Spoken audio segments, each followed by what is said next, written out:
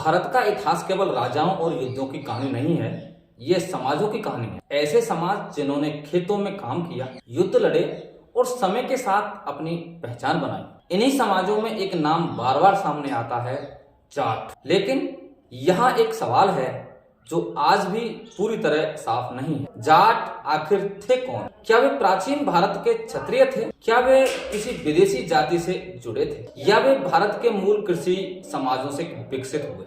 और सबसे बड़ा सवाल है कि जाटों की असली उत्पत्ति क्या है। जब हम इतिहास को देखते हैं तो हमें यह समझ आता है कि जाट शब्द इतना सरल नहीं है जितना आज दिखाई देता। यह एक ऐसी पहचान है जो धीरे धीरे बनी है। सबसे पहले हम शब्द से शुरुआत करते हैं। जाट शब्द की उत्पत्ति इतिहासकारों के बीच एक विवाद का विषय रही। कुछ इतिहासकार मानते हैं कि यह शब्द संस्कृत के जट से आया है, जिसका अर्थ है समूह या समुदाय। कुछ इसे जात शब्द से जोड़ते हैं और कुछ इसे प्राचीन जनजातीय समूह से जोड़ते। लेकिन यहाँ सबसे महत्वपूर्ण बात यह है कि प्राचीन वैदिक ग्रंथों में जाट शब्द स्पष्ट रूप से नहीं मिलता। इसका मतलब यह नहीं है कि जाट अस्तित्व में नहीं थे। इसका मतलब यह है कि उस समय उनकी पहचान किसी अन्य नाम से हो सकती थी। इतिहास में कई समाज ऐसे हैं जिनकी पहचान समय के साथ बदलती है। जाट भी उन्हीं में से एक है।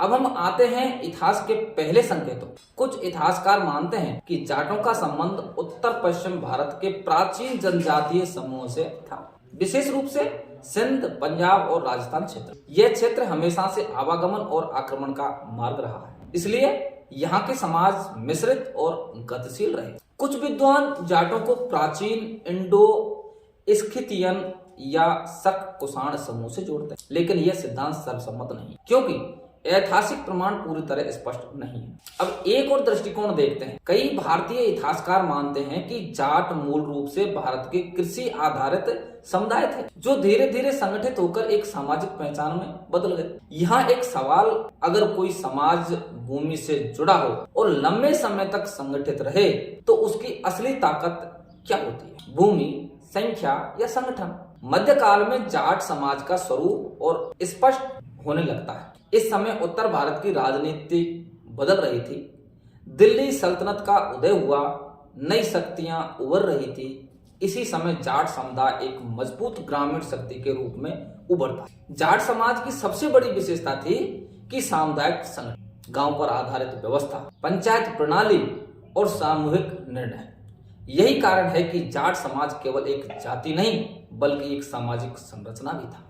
अब हम आते हैं जाट शक्ति के सबसे महत्वपूर्ण दौर पर। 17वीं और 18वीं शताब्दी मुगल साम्राज्य कमजोर हो रहा था और इसी समय जाट शक्ति खुलकर सामने आती है। भरतपुर राज्य जाट शक्ति का प्रतीक बनता है।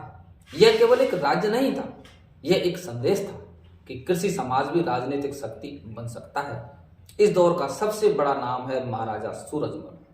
सूरजमल को कई इतिहासकार 18वीं शताब्दी का सबसे सक्षम शासक मानते हैं। उन्होंने राजनीति, कूटनीति और युद्ध तीनों में संतुलन बनाए रखा। यह एक और सवाल आता है कि क्या केवल तलवार से कोई समाज शक्तिशाली बनता है, यह संगठन और रणनीति उससे भी ज्यादा महत्वपूर्ण होते हैं। सूरजमल के समय भरतपुर राज्य उत्तर भारत की बड़ी शक्ति बन गया, लेकिन इतिहास स्थिर नहीं रहता। समय के साथ ब्रिटिश शक्ति का उदय हुआ और फिर भारत की राजनीति एक नए दौर में प्रवेश करती। ब्रिटिश काल में जाट समाज नई परिस्थितियों का सामना करता है।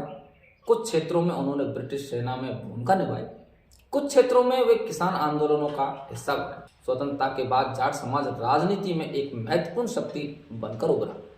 हरियाणा, पश्चिमी उत्तर प्रदेश और राजस्थान में जाट नेतृत्व मजबूत हुआ। आज का जाट समाज सिर्फ किसान समाज नहीं है, आज वह राजनीति में है, सेना में है, शिक्षा में है, व्यापार में है, लेकिन उनकी पहचान की जड़ें अब भी भूमि में जुड़ी हुई है। अब अंतिम प्रश्न आता है कि जाटों की असली पहचान क्या है? क्या वे प्राचीन क्षत्रियों के वंशज हैं? क्या वे जनजातीय समूह से विकसित हुए, या वे एक सामाजिक प्रक्रिया का परिणाम है?